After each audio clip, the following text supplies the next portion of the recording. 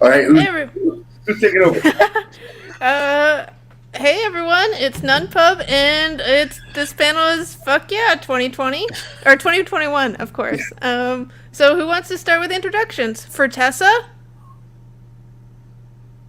Yeah. So my name's Fortessa Elise, and I work for Funko Games as a game producer. And I was an independent game designer, and I did Book of Eleni and Book of Wise and Mansplaining, co-designed that. Okay. Nice. Yeah, for With Tessa is Mondo. great. With Mansplaining. Mondo. Good Yeah. dude. Yep, Mondo Davis. Very cool. Oh, what about you, Rick? I'm Rick Ankney, aka Tabletop Santa. I do TikToks. Yeah, great job. But I used to work for Alliance Game Distributors and Diamond Comic Distributors as their video media production manager. I left to do my own thing and had a little hiccup in 2020 because I was supposed to be doing what was called Rick Rolls America, traveling around to game stores. That didn't work out. What? Why not? This weird global event took place that was way more important. So I had to find a pivot, and I pivoted onto TikTok because of my kids. So here we are. So, Alright. Paul, did you give up a giant road trip, or what? What are you about? No. So my name's Paul Alexander Butler. I own Games and Stuff, a large retail store outside of Baltimore, Maryland.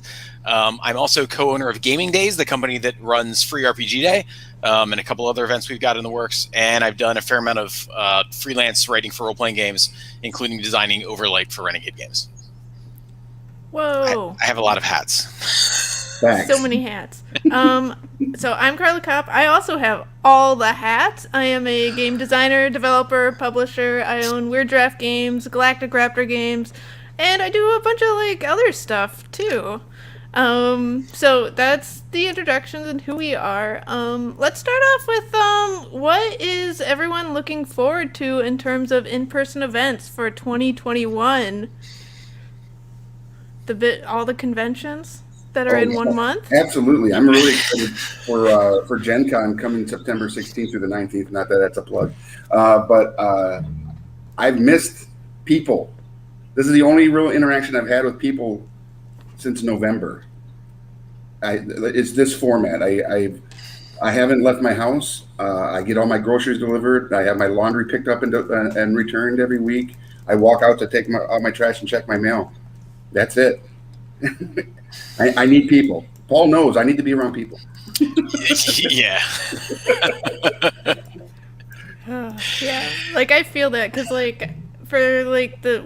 before I got fully vaccinated, I stayed in my house, and for fun, once a week I would go to do Walmart pickup for groceries and then come back to my house. So I kind of went a little not so good there for a while, but now I leave my house. It's fantastic. I see other people and I play games with my hands. It's fantastic. We had my wife and I had a baby in March of 2020, and he's just now learning what people are. Gosh, that would be so hard. Yeah, he's like, "What do you mean? There's only 6 of you, and half the time you have faces covered. Like, there's more than 6 people in the world. This is great." That's got to be a really interesting experience, considering that you haven't been able to introduce your baby to others. Until recently. Yeah, it's only been the last couple of months that we've sort of seen more of the extended family, and have actually gone outside, and yeah, it's been weird. That is awesome. Yeah, my baby was born within a week of the store shutting down last year, so it was good times. It's a good week. I mean, at least you enjoyed it, I hope? Yeah, I mean, now it's funny to laugh about, but then it was kind of insane. Yeah, I have no doubt. How about you, Fortessa? Fortessa, are you up in Seattle area? Yep, I'm in Seattle. And actually, the thing I'm looking forward to is I moved to Seattle during pandemic, so I know there's all these gamers and game designers here, but I haven't really gotten to sit down and game with them. So I'm very excited to do that. Now that we're all vaccinated and things are opening up. And the other thing I'm looking forward to is learning new games. because I do have a group that like once a month we try and learn a new game in Tabletop Simulator, but the majority of like new games in my life came from learning at conventions and learning whether or not I like them. So that would be great. Oh, that sounds awesome. Yeah. I definitely like also am looking forward to like playing games and play testing in person. Like I dealt with, playing TTS and play testing, but like actually being able to see people and what they're paying attention to and like getting good play testing results, like that's going to be fantastic. Yeah, I mean, a huge part of my job, and I think the success of my store is that I'm pretty good at making purchases. Like as far as I'm pretty good at deciding which are the games that are going to be hot, and I do a lot of that because I go to piles of events and I watch people's responses, and I sort of, take the temperature of the room and see what. There's a pun there somewhere. Take the temperature of the room and see, what people are responding to, and that not having that convention ecosystem has altered my job pretty seriously over the last year. Yeah. Well, I follow a lot of the stuff that you guys do. You've made some really cool pivots this year, though, in regards to your business model, right? Yeah. Well, we had to, right? So, So I mean, we're really looking forward to reopening the game room, and we're aiming for mid-July to make that happen. The reason we couldn't do it quite as much is because my store is quite large. It's 7,700 square feet, and about half of that, a full half of that, is game room, a separate game room. And when we shut down, even after we reopened the front doors, like we couldn't do gaming, so you had to monetize that somehow. So I bought. I had an opportunity arrive, sort of come out of thin air, where somebody was looking to unload a board game collection that was about 3,500 pieces, mostly stuff from the 60s through the early 2000s, and some really weird vintage stuff. So I bought it, I filled the game room with it, and we've been doing private shopping and pivoted to some eBay sales and whatnot. And that's been a really good way to utilize that space over the last year. To say nothing of, the stuff we were sort of talking about before we went live. With the shipping challenges this year, I've started stocking for the holidays months ago. It's something that I don't normally do. So now we're at the point where, okay, well, we need events to happen. All of this stuff has got to go somewhere. So we've done what amounted to a remodel of our stock room. And I mean, adding shelves, destroying old shelves. It's been a whole thing. So yeah, there was definitely some pivots. To say nothing of, we have a fully fledged web store, which we never had before. Right. That's actually what I was like leaning towards in that question, because for a long time you were just like, I'm good. Yeah. So I mean, so it was like something to think about eventually, right? But it wasn't very high on my priority list, and then suddenly it became the number one thing on the priority list. But my store is so huge, like figuring out how to manage all that inventory was a challenge, right? So I was like, well, do I have separate inventory for the web store? Do I set stuff aside? Do I try to sync it some way? And the challenge was finding an e-commerce platform that would allow me to synchronize inventory with what I had in the store, ideally using my existing software. There were a few moments when I thought about completely gutting the software that I currently use and bringing in something else. That didn't pan out. I finally found a solution. While not perfect, it works. But yeah, so we were a little later going the e-commerce route than some other folks, but we wanted to do it right, and we're pretty happy with it. Nice. So I also have a question for Carla and for Tessa, and I apologize that I have so many questions. Go for it. As game designers, and as you're designing games in a normal world, right? You meet with your fellow designers if you're on a team, right, in physical person, and do a lot of stuff. That couldn't really happen now, could it? So how have you all pivoted, and how has that affected workflow in designing games and stuff like that? So for me, I started doing a lot of code designs over like Google Meet and just video and stuff, and like just working in TTS a lot. But it did result in like some weirdness, because like I recently just got a prototype, like a physical prototype of a game that I've been working on for 9 months, okay? And then we had to like play it in person to see like if it even worked. Okay, like does this work in person? Like, and there's all these like other considerations where it was like, okay, like I hope that this is the same as TTS, but it's going to be different. We're going to have to like make all these changes. I'm gonna have to like somehow find like a neoprene mat that's neoprene on both sides, so it's not like all slidey and weird. But like, like TTS, you can lock things. So every time someone stopped touching something, I would just lock it. And like, there's all these other issues. Like me and Fortessa were actually working on a game, and it requires like teams like looking at each other and communicating and things like that. And it was so hard to play test like on over TTS just because we were like, is this a problem or is this because I can't look at you like physically, like, because if I could like physically look at Fortessa and like wink or something, like there could be like so much going on in like body language and stuff, but like that's all kind of gone when you're just playtesting over the internet. So like there's all these things like that could be added due to TTS, or like problems you don't even know about that I'm gonna apparently figure out in the next couple months. So yay, surprises.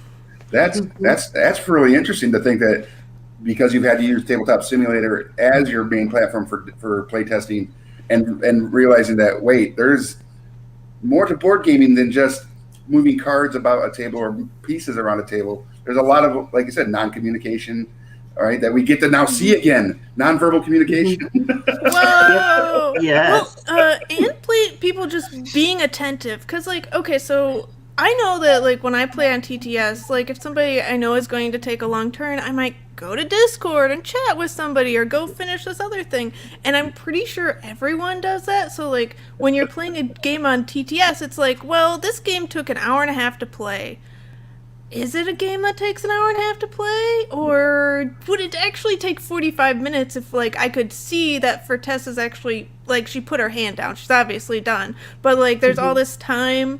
Like, I even, I tried to train people, like, to say things out loud because, like, it's not natural. Like, when you're playing a game in person, like, you put your hand down, they know that you're done. But then I had to be like, okay, when you're done, say, and my turn is over. Hey, Rick, it's your turn now. To like, and like just be like that. Say it out loud all the time. Say, Rick, go. It's your turn. Like, just make it happen. So like people would think I was like yelling at them or something, but it's really just like, hey, I understand that you have a kid or something that's in the area, or a dog, or you're in your house and you're eating. There's other things that are happening that like wouldn't be in the playtest. Like if you were at a con, your family would be like a state away. It'd be a completely different scenario. I will say, in Tabletop Simulator's defense, that I have still had plenty of times in the before times where people would just be staring at the board and the person whose turn it is didn't know it was their turn. And you didn't know, like, if they were, like, concentrating, because they were just kind of lost in thought looking at the board, and you're just like, oh, they're really thinking about their turn. Oh, that's AP. And then you're just like, it's actually your turn. Oh, is it? Oh, okay. I've had that. But it definitely helps to be able to see that they don't have their phone in their hand or something like that, too. Oh, yeah. As far as... our workflow, it's interesting because I started working for Funko Games during the pandemic. Wow. And so we were working from home like immediately, and it's been a very interesting balance because it's a very collaborative atmosphere where we work with each other to design the games and play test the games. And for half the studio, we are developing things in Tabletop Simulator, which makes things a lot quicker because you don't have to like physically cut out the components and everything for each iteration, and you can test it quickly, like multiple times in a day. But for the other half of the studio that maybe did not want to learn the Tabletop Simulator, or it's it breaks away from that, we make the physical prototypes. So we still we use Tabletop Simulator for rapid prototyping. And then once it gets to a good place, then we make a physical prototype to actually make sure that things are working the way they should and that the timing is how we thought. Because probably timing is the trickiest thing, other than what people are actually doing. Because you're not sure if Tabletop Simulator is contributing so much time, and how much is it? Like, is it 10 minutes extra? Is it 30 minutes extra? Right. So that's been the most interesting balance. But I think as far as the workflow, the very interesting thing is that I think the gaming community in general has been very flexible to do the thing that they love. So there's workarounds, there's video chats, and yeah. Yeah, I was talking to Justin Gary recently, and he said that his team is working faster in this environment than they did because they had to schedule to meet up, and then someone couldn't make it this week, and so there was a hiccup. But with this, people are just like, oh yeah, wait, I'll get on my computer, and they do the thing. I was wondering if that was also the case with you all. Is your development faster in some regards because of the availability of everybody? For me personally, it is. Okay, cool. Go on for Tessa. Personally, it's faster because once I got comfortable with Tabletop Simulator, I was able to test things and self-test things much quicker than having to like physically print something out, go out to the store, cut it out, that like immediately cut out hours of time as well as money. So I'm able to experiment more because I have these different components at my fingertips. And I was like, let's try a D6 or a D12. Let's try it in these colors, and just drop them in there rather than let me go on Amazon or wherever and buy these components and wait for them to come.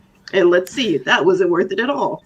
So I found it more efficient for me.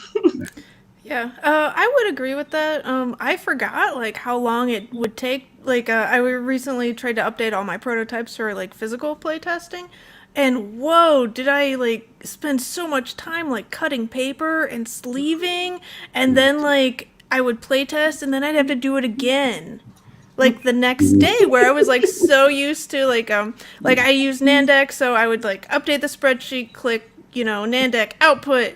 5 minutes later, I would have a file for TTS, and it'd be like, yes, that was so easy. I just had to like push go and then wait for some time and upload it, and it's just so easy to do TTS. Well, and also like meeting with people, like I was able to co-design and work with people that were on the West Coast, and I'm not there.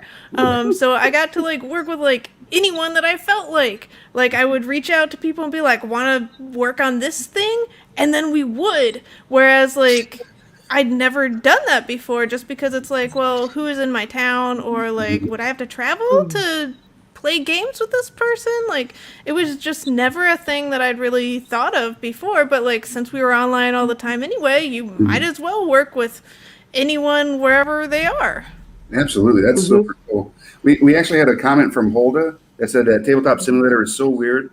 Like that, sometimes you got to account for the stop and chat or go get snacks factor, which seems to be a lot shorter time than I got to go to the copy place and make all these copies and cut and leave it like you're saying. So get the snacks. I'd rather have someone get the snacks than be like, hey, I'll meet you on Thursday next week. Yeah. I was like, the breaks still happened at the meetups too, because somebody would have to take a phone call or who knows what happened, and step away, and then it's a bathroom break, and then it's what, let's get food, but wait for it to come to the table rather than the food being in our fridge and we can just step away for a couple of seconds. Right. So, Paul, as a retailer and having had to have your doors closed, and I'm guessing you did some roadside pickup stuff and all that stuff, right? What is the thing that now that you are opening the doors and people can come in more freely, I think in Maryland, right? You can, right? Yeah, we're fully open, but for the game room, and we've been that way since late spring, early summer of last year. So we've effectively been open sans events for a year. Okay.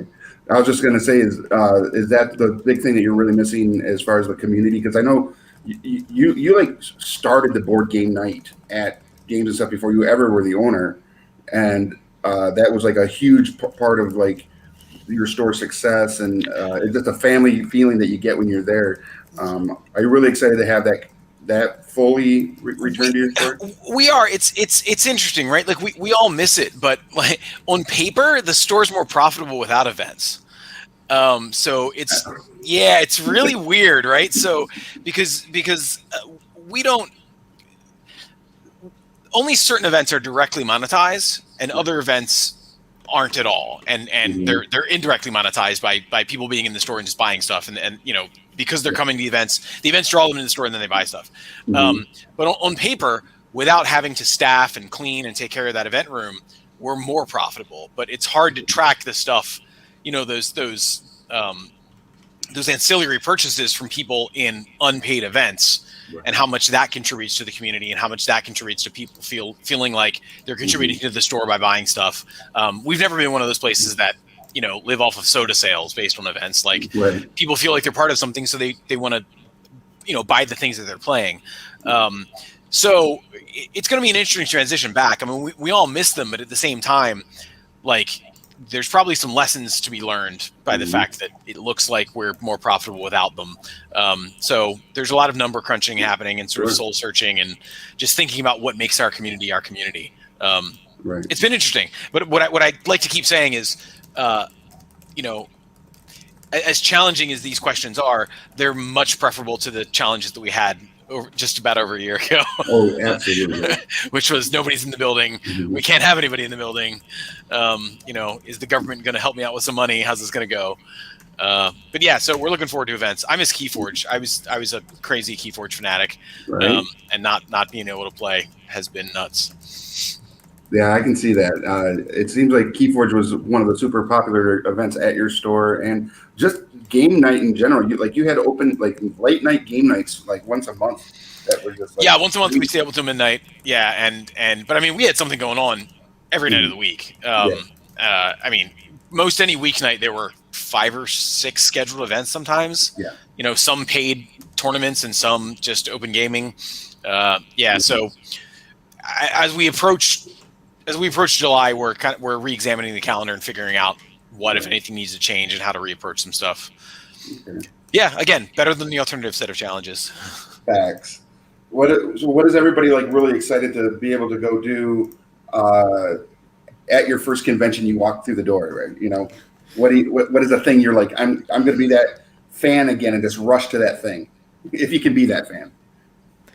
Well, personally, just seeing all the people I haven't seen in a year, like all the friends from Twitter and the internet, like I usually saw Fortessa like at least a few times a year, and like I haven't seen her in person for so long.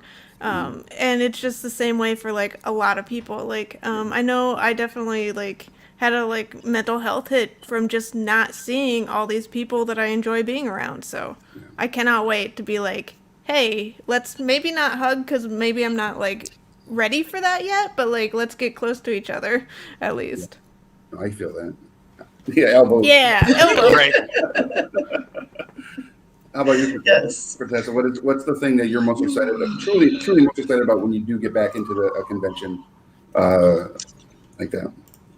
My most excited. Well, I guess to continue the hunt for what? Well, no. I think I am most excited about reconnecting with the people. It's the same as Carla. Reconnecting with the people that I've been talking to on Twitter. And like I said before, getting to sit down to play new games. Yes. Yeah. I think that's got to be the ones for me. I feel that. Paul, I know again you do go to a plethora of conventions in a normal year.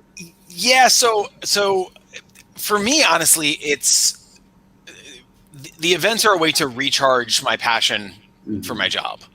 I go to a lot of events. I go to big consumer shows, and I go to a lot of trade shows. And so much of it is it fuels my decisions for how to make the business succeed. But it also, being able to leave town every 8 weeks is great, and I've got circles of professional friends that I only know from these shows. I mean, certainly a huge part of the success of my business is because of the relationships that I've built with people in person. and it just keeps me passionate and feeling excited about my job. As much as I'm absolutely a gamer at heart, right? Like it's one of those things where, you know, what do they say? You follow your dream, you'll never work a day in your life. That's an utter lie, Yeah, but what will often happen is you'll get burned out and not want to do the thing ever. That certainly hasn't been the case with me. I mean, I love going to work every day, but being able to see all these faces and see consumers responding to the new stuff, and just kind of tapping into that excitement, especially for events like, for Gen Con or the Gamma Trade Show or Gamma Expo, whatever it's called now, where it feels like the event, for a particular segment. I'm just excited to have that be part of my job again, to fuel that passion. That's pretty much all the questions I have. I know Heather had some free stuff or something. Mm-hmm. Yeah, I'm sorry. So I do have a question. What is everyone feeling about the fact that there's Gen Con and then 2 weeks later there's Origins and then one day later there's Geekway and then Essen is like 2 weeks later? Like, how is everyone taking that?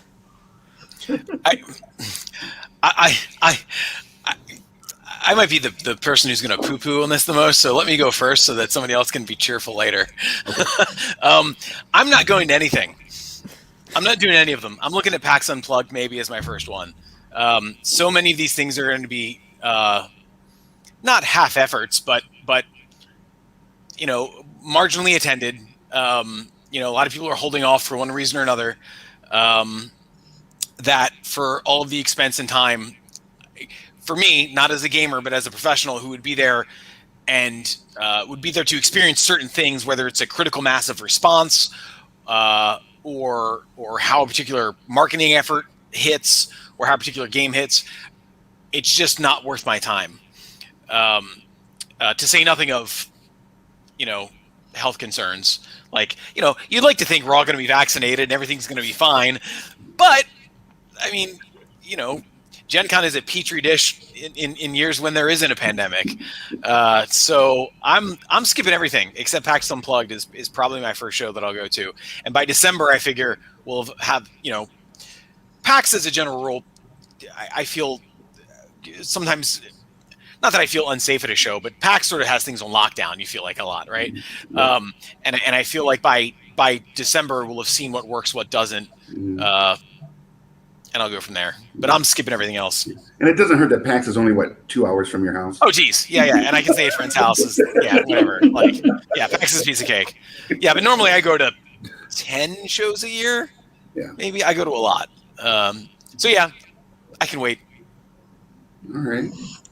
I think for myself, I'm a little bit similar in that I'm not going to any of those. But I'm recovering my funds from moving across the country, but also I just want to kind of see the lay of the land and not be in the first couple of conventions that come out. I like to see where the bar is set as far as behavior and safety and just how everything turns out. So I'm not looking towards cons until like February of 2022 is my first planned convention. But who knows? Who knows what the streams will bring? Right. Mm-hmm. Mm-hmm. I will be at Gen Con and Origins and PAX Unplugged. I'm possibly also going to be at New York Comic Con and San Diego Comic Con. So I'm really excited because that's my jam. But it's also for those of you that aren't going to be attending. It's kind of okay because they've got their hybrid conventions now, right? They're online. They got the pop-up Gen Con events going on at the stores that are participating, which is amazing. Granted, you don't get the full experience, but with Gen Con online, I think it's going to be better than it was last year. But it's and it's still a great way to be a part of the community. But I'm personally really excited because I'm going to be doing TikTok for Gen Con. That's so cool. I'll be running the official. Let's put a pin in that really because they haven't finished what they got to do on their side to say yes, Rick, we're going to do this, but we're working on it and we're working with TikTok itself to make it a really good event, so that there's a good possibility that during like Gen Con, those people that aren't there I'm going to be doing IRL walkthroughs of the events or the vendor hall and different events, so people can see what they're missing, right? And have some fun that way as well. So, and it'll be pushed out to the entire platform. Some 100 million people will be able to see it. So that's not bad, right? And it might be good because for all the publishers that are going to be there, because you got some of the bigger ones that aren't. I know Funk is going to be there because they're talking a lot of stuff about how awesome it's good. They're bringing the show this year. But they're not going to. Those smaller publishers aren't going to be overshadowed by the Asmodees, by the Simons, by the Paizos that have huge, booths that people just rush to. Now I think a lot of the small publishers are going to get some love that they may not normally get in a year, even though it's still, like you said, Paul, it's a much smaller convention for Gen Con, being instead of like 70,000, it's only like 35,000 is what they've limited the tickets to. That's still a lot of people to see anybody's product, and I think that's pretty exciting for some of the small publishers. Sure. Yeah. And then, of course, I'm just driving from Gen Con to Columbus and hanging out for a week before Origins. Gosh, like they're so close together. Like it really worries me because there's you don't have that 2-week period of people figuring out if they would get COVID. But I don't know. Maybe it'll be fine. Maybe I don't know. On one hand, I'm really looking forward to it because it could be just a super fun month, but it could be horrific. Well, I just don't know. I think for convention attendees, it's going to be great, right? If an as long as we don't die. But as far as industry folks, because we know that it's not just 10 days away for us or 14 days. It's much shorter because we set up, we do the show. We may get an opportunity in the evening on the last day to, have a dinner or something with some of our friends before it's time to fly home. But this time we got to haul all of our stuff to the next show, set up again a day or two before everything goes crazy again, break it down that last night, right? And so it's going to be taxing on a lot of them that do decide to take that path. I did that a few years ago. I went right from the ACD trade show to England to go to the UK Games Expo. I had like a day and a half in between, and then I flew directly from the UK Games Expo to the PhD show in Chicago. Wow. Yeah, that was insane. How did you feel after that?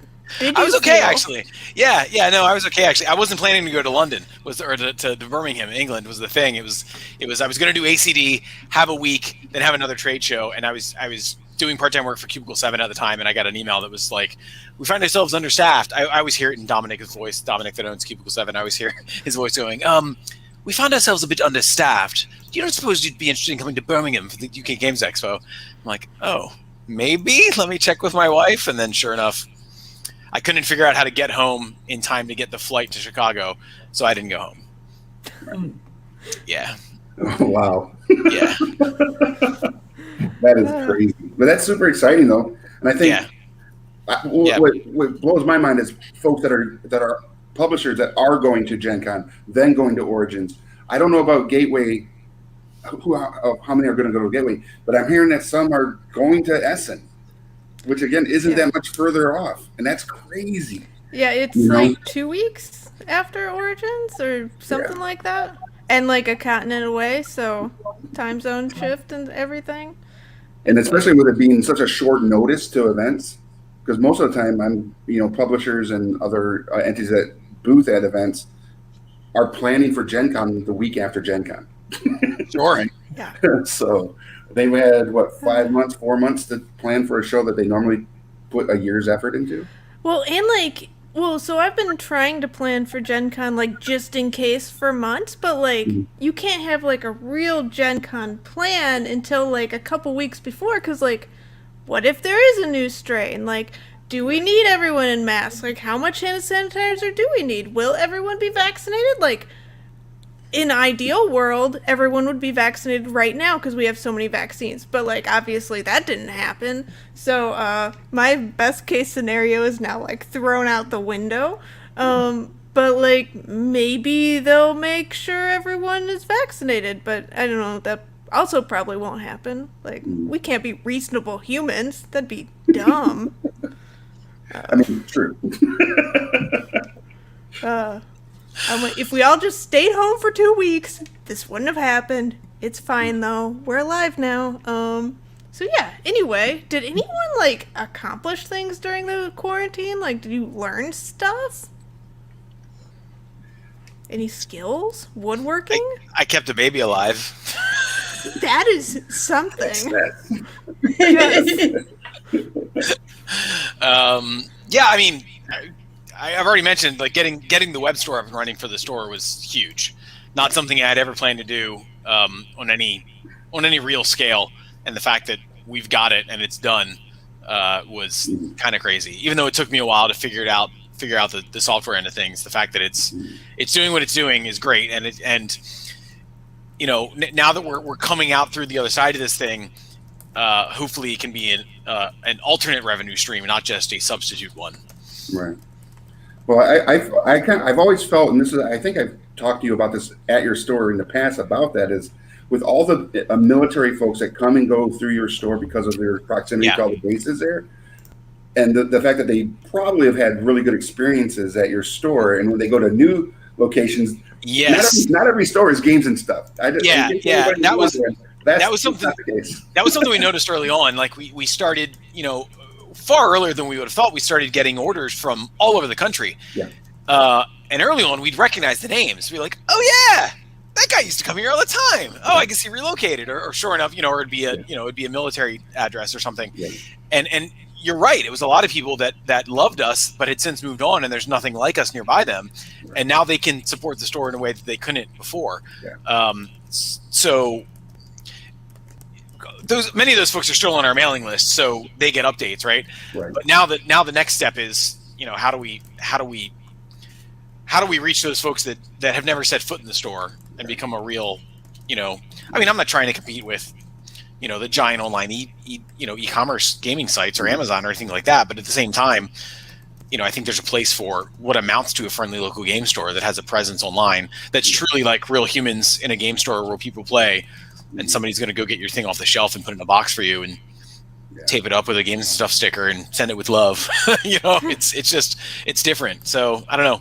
That's my challenge going forward. Nice.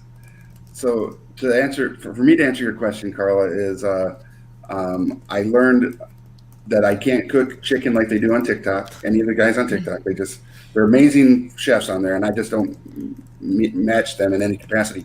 But I have since put my toe in the waters that you and Fortessa do is in game design. I'm actually writing an RPG that it's an old RPG that we're translating into 5th edition.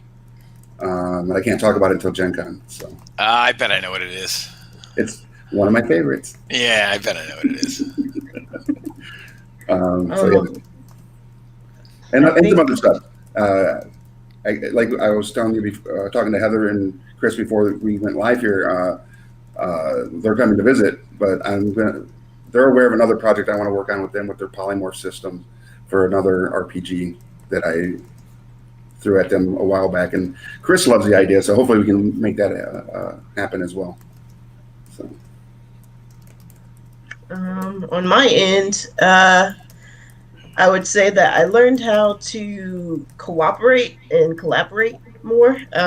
I've had 2 essential co-designs during the pandemic because with Carla, I've been working on the game Wicked and Wise, and it was at such as early stages when pandemic hit that we essentially had almost a co-designer relationship trying to develop it and get it to the point that it is now, which I'm super proud about.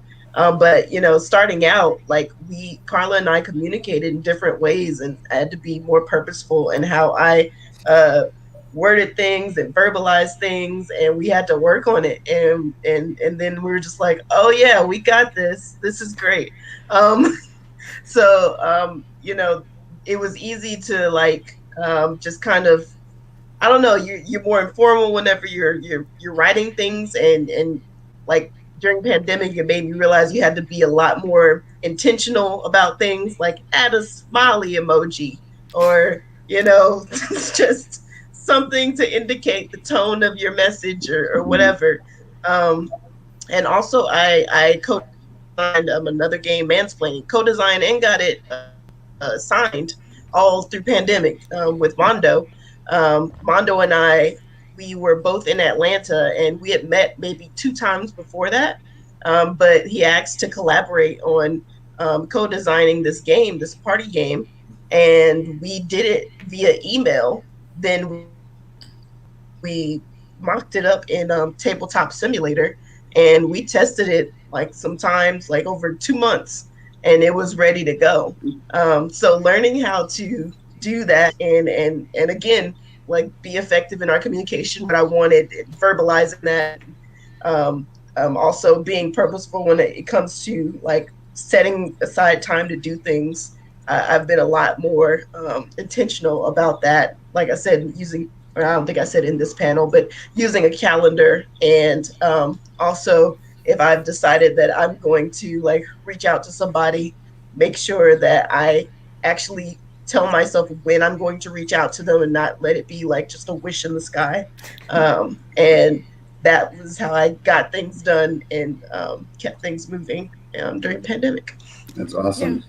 I definitely agree with Vertessa. Like, I had to learn how to co-design with others. Like, apparently I use a lot of like facial cues for like interacting with people, and like you just couldn't do that over TTS. Well, like, I mean, you could have a window, but like when I'm in TTS, I'm in TTS. So I had to like learn to like tell people like, oh, this is my process, this is what I do, because like one co-designing relationship like almost blew up, and I had no idea why. Like my co-designer was just, he kept getting mad, and I was like, okay. Like afterwards I had to be like think, and I was like, okay, he's mad, it's probably for a reason. What could this be?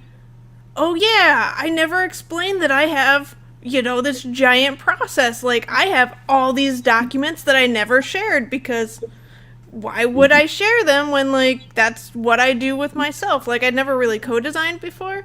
So then I just shared all my documents, and, like, Vertessa got to experience that, like, thing where she would, like, I'd always be like, here's all the questions I'm gonna ask, like, during the playtest, here's all the things that we have to care about and things. But like I never did that before, because like I'd always done like solo stuff, or like looked at people's faces or their like visual cues and whatnot. But also I learned how to use Discord.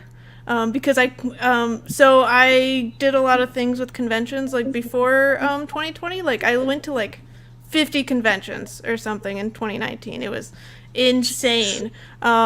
And then I couldn't leave my house, so I decided to make a Discord server, even though I, at the time, hated Discord, hated everything about it. Like, I don't know, I'm like at the age, I guess, where every new social media is like the worst until I use it for a while. So I got to like run my own server and learn everything about that. And also I started a live show, because like for the same reason, I wasn't like meeting new people every week of my life. So I decided to do a live show, and I learned like a whole bunch about like, you know, making content and, you know, being on a schedule and things. Like at first I was doing 3 live shows a week, which is Wow. too many live shows. That's a lot of pre-production. Oh, it was so much work. And also like I am like an introvert, so like like I had to prepare like for hours before and hours afterwards, so like that was my week. And, you know, at one point I was just like, you know, maybe I shouldn't. Less is more. But yeah, I learned out so much, and like how to like organize things. Like I had Vertessa on like at least twice, maybe more than that. But yeah, it was like a very exciting way to, you know, actually interact with other humans. That's awesome. I will also say I didn't know TikTok before the pandemic, and now it's like my main source of like, whoa, income, and also entertainment. I learned it from my kids. You know, it's like that old '80s commercial. Where'd you learn that? I learned it from you, Dad. I can say it back. I learned it from you, kids. But I was like you're saying, like in regards to how you felt about Discord, is I didn't look at it as, you know, I don't need to be on that platform, or you know, poo on that, right? But I was sitting with my kids early in the pandemic, and I was like trying to visit with them, and they're on their phones. I'm like, what are you doing? And they're like, we're watching TikToks, Dad. And I was like, well, tell me about it. Tell me what kind of videos you consume. And my 17 and my 15-year-old were just telling me what kind of videos they watch. And that was really cool. And I was like, all right, that's cool.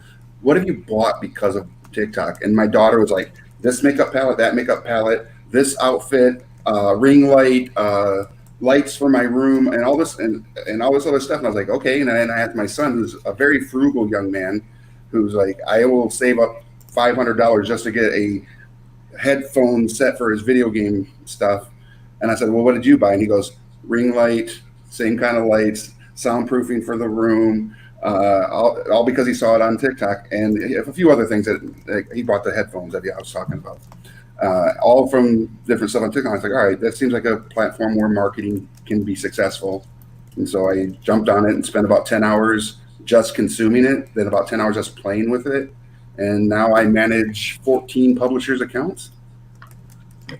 So, which is like CMON and Hunters Entertainment, and because they don't have the bandwidth. So that was my big pivot and stuff and learning, and it's been a blast. That's awesome. Because I get to do this all the time, right? I like Non-Pub actually put in their Watermelon Sugar Con. We're going to have to take that song and make that happen.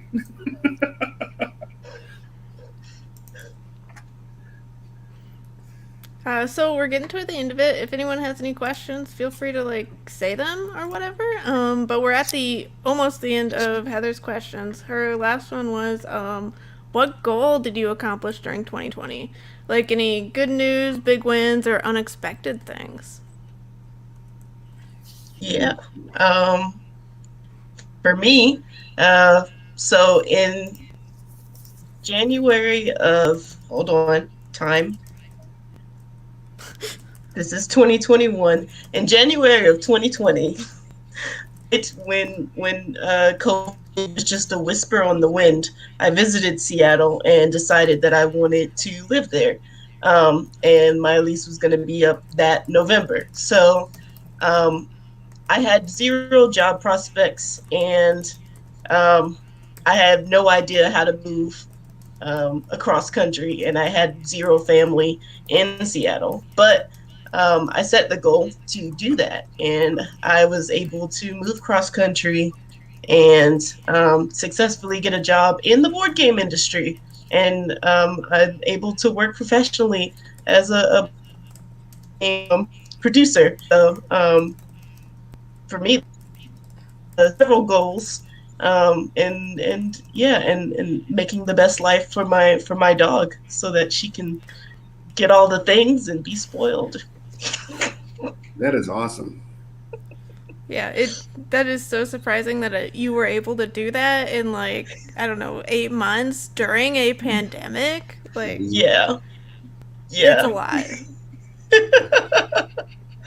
And it was a lot, and it just took putting yourself out there, I guess, because as far as the job hunting, I was looking at everything, not just things within the board game industry, just anything. But I was putting it out there to my board gamer friends and people that I knew were located in Seattle that I would be looking if they heard anything. And that ended up getting me an interview at Funk, and I was able to make that connection and thankfully put on as pool time. So yeah, just you never know.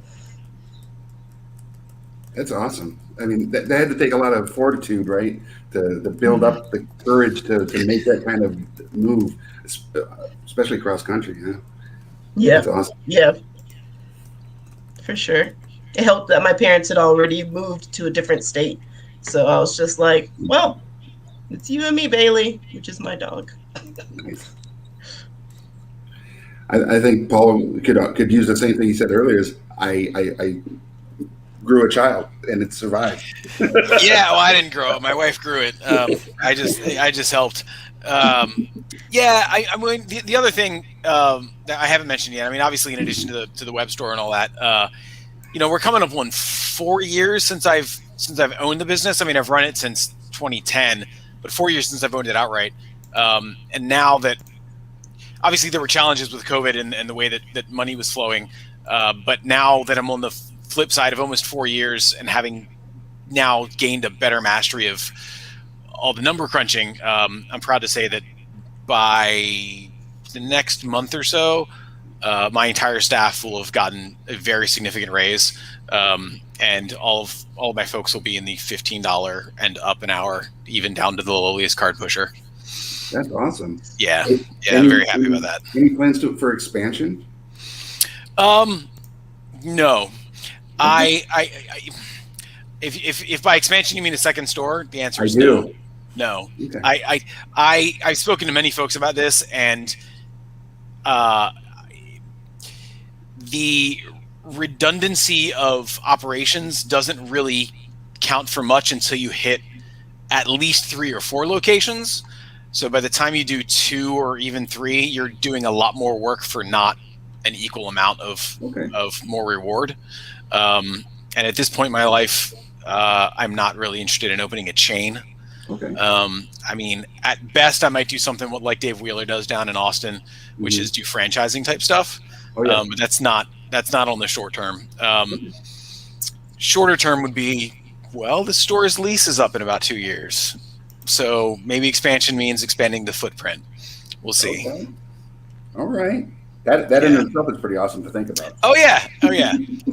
Yeah.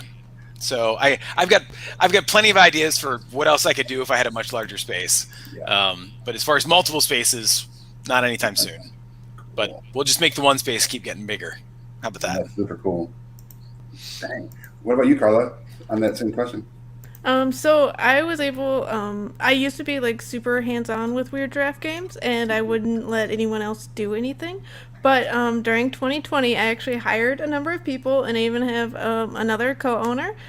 So like we can grow and do like a lot more things. And I'm not freaking out about it. So those are both some really awesome things. And I've also I did some contracting work before 2020. But like I really grew that side of it because, well, I wasn't traveling and doing all these other things, so I might as well contract and actually make money, instead of just staying in my house like looking forlornly at other people. So I got to learn so much and work on like such a variety of projects over the past year, including one for 9th level, which I'm really excited about. And like I got to work on a trivia party game, which is completely weird and out of my wheelhouse, and a super heavy game. So like I basically worked on every kind of game at this point, and Awesome. that's really exciting. That is super exciting. Very cool. Did we have any other questions in the chat? I saw. We had one. The Missing Lint asked, how do I get a job developing other people's game ideas? I don't know. For Tessa, how did you get your job? Did you apply online? Funko Games definitely post their jobs online on the Funko website. Though I guess for developing other people's game ideas, everything at Funko is internal. So it's just like the game ideas are created in the house and then developed in the house. But to actually be a developer, I would really suggest that you start as a playtester, because companies remember who is a very good playtester and who gives insightful feedback. So if you continue to playtest for companies, often they will ask or have some sort of a sign up, then they will remember, and that can lead towards opportunities where you are playtesting or developing exclusively for a specific game just to test out your legs. Playtesting, but be purposeful about it, and reach out to companies about that and see if they are looking for people to do that. Yes. I would second that as well. So like just do things that show that you're like an intelligent, reasonable person that's good to work with. Like Tessa gave a great example with the playtesting. You could also volunteer at somebody's booth, like when they do they're at conventions, or volunteer to be on their playtesting list. Or like another thing I did was I started a blog where every week I just wrote about games or development or something like that. And so at this point, oh, and also panels. Panels show that you know things. Well, if you say things that are good, I guess. But like get your name out there, and pretty soon people will just be asking you to do things for them if you show that you can. You have to like let people know. So there's like all the different Facebook groups. Like there's a tabletop Game game jobs. jobs. Yeah, tabletop game jobs. That's moderated by Ross Thompson. Yeah, Mhm. yeah. That's, So there's that's a good one to get in. get in that and like just tell people that you do things. Do it for free for a while. Like read people's rules. Like make friends. Be a interesting like good person. Like don't be Debbie Downer. And eventually you'll hopefully get some work. I would also suggest getting on LinkedIn and following every publisher that you like, because again, you'll see job opportunities pop up there. Sometimes I don't know if Ross gets them before everybody else, because I've seen them there, and then eventually I'll see it on LinkedIn and I'll be like, wait, this is like 2 hours later. How did Ross already know about this? But That's so cool. that's Mhm. when it comes to like interacting with just publishers. That's one of the things I always say is follow them on all their social media platforms, because that's where you're going to learn about that company behind the scenes a little bit more, and be engaging with them on their platforms. So, but I don't know if that helps with developing the game, but it definitely helps with getting your foot in the door. And I will say that Oh, go on. I will say that also, even if you just do playtesting groups, like the online playtesting groups, or in person, now that that's a possibility, I have seen where people are so good at their playtesting that other people will be like, have you put this in front of such and so? They're really good. I feel like they would really give you great feedback about this game. So that happens too. That's a good one. I like this question out, by the way. What was your your go-to game during COVID or quarantine? Okay, so for me, I played so much Hades. Like Hades is fantastic, but then at a certain point in time, like so if you don't know about Hades, it's like you are escaping the underworld and you just keep escaping over and over again. But then like so it's really really fun, but then at a certain point in time, I didn't know like what was going on because every day I would go and I'd walk on a treadmill while playing Hades, and then I'd work for some hours, and then I'd play Hades, and then I'd work, and then I'd sleep, and then I'd play Hades, and it was just like, what is happening? I'm just playing Hades and working and sleeping. Like, what is life? How many days have passed? So I had to stop that, but it is a very enjoyable game. I'd say the first 3 months of quarantine, which were the darkest for me, I didn't touch any board games, not even the ones I was designing. So it was Animal Crossing. I just slept and ate and played Animal Crossing. But then once I came to myself, my favorite actual physical game to play was Splendor, because that was always just nice. And when there were people in my pod to play with, that was something I would go to. But online, I discovered, and I might be saying this wrong, Dice Thrones? Yeah, that's No, Dice Yeah. Throne. Dice, Yeah. yeah, it's good. Dice Forge. No, Dice Forge. Dice Forge. Oh, that's also Yes. good. Yes. So somebody put me on to Board Game Arena, which is just like, I don't know, TTS, but with training wheels, and it doesn't allow you to cheat, and you can play it with anybody, and it's free. But they taught me how to play Dice Forge, and I just play it. I almost play it every day. It's super fun, and I don't imagine how that's going to translate to the physical version. I don't know if that's going to happen, but I love playing that game. I actually just played it before this panel, so. What? How about you, Paul? What was your go-to game? I mean, most of mine was a worker placement LARP involving a small child. But in more recent months, thankfully I've had one friend of mine who I was in a bubble with, who we've been playing some board games lately. But I don't know if I've got a go-to. I feel like I've only just recently gotten stuff to the table again, so Okay. I've been catching up on a lot of the hot stuff from the last 9 months that I didn't allow myself to take from the store because they were so hot. But now that reprints have hit or whatever, I finally get to play Calico, and I finally get to play Oh, so fun. some other stuff. Yeah. So Yeah.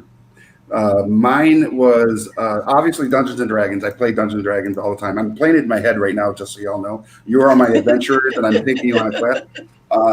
But after that was Shobu by Oh, it's a good one. Smirk and Dagger. So what I did is some other people on TikTok also had copies of Shobu, and we'd set up our boards and we'd do a video of our moves against each other. And so we played over TikTok, which was super fun. And then there's another board game simulator called Sovereignty. Seppi Yoon and a couple others are really involved with that one. And I've been playing Point Salad with them on Tuesday, and then also Sushi Go Golf, which is just a new rule for Sushi Go. And so instead of playing the menu to be and the cards to get the most points, you're trying to play the menu and cards to be the one who has the lowest point score at the end of the game. It's hard because they all mess with you every time, and they give you the cards you don't want that give you like 7 points around every time you get it. It's the worst, but it's been fun. So those have been mine. So I know. I was just laughing at Nunpub's comment that was like, "Game right? Are you listening?" Like, new game mode. I mean, I wrote that down a note about that. Like, play the lowest score. It's golf. Like, that's a new variant in a game, probably. It's fun. We always play it every Tuesday. AEG's always on there too. Some of the folks from AEG and Atlas games, and we all get together and we play whatever the new game that just hit the platform, and then we'll play Sushi Go Golf. I am the worst at it. I always get first place when I don't want to be truly first place with 68 points.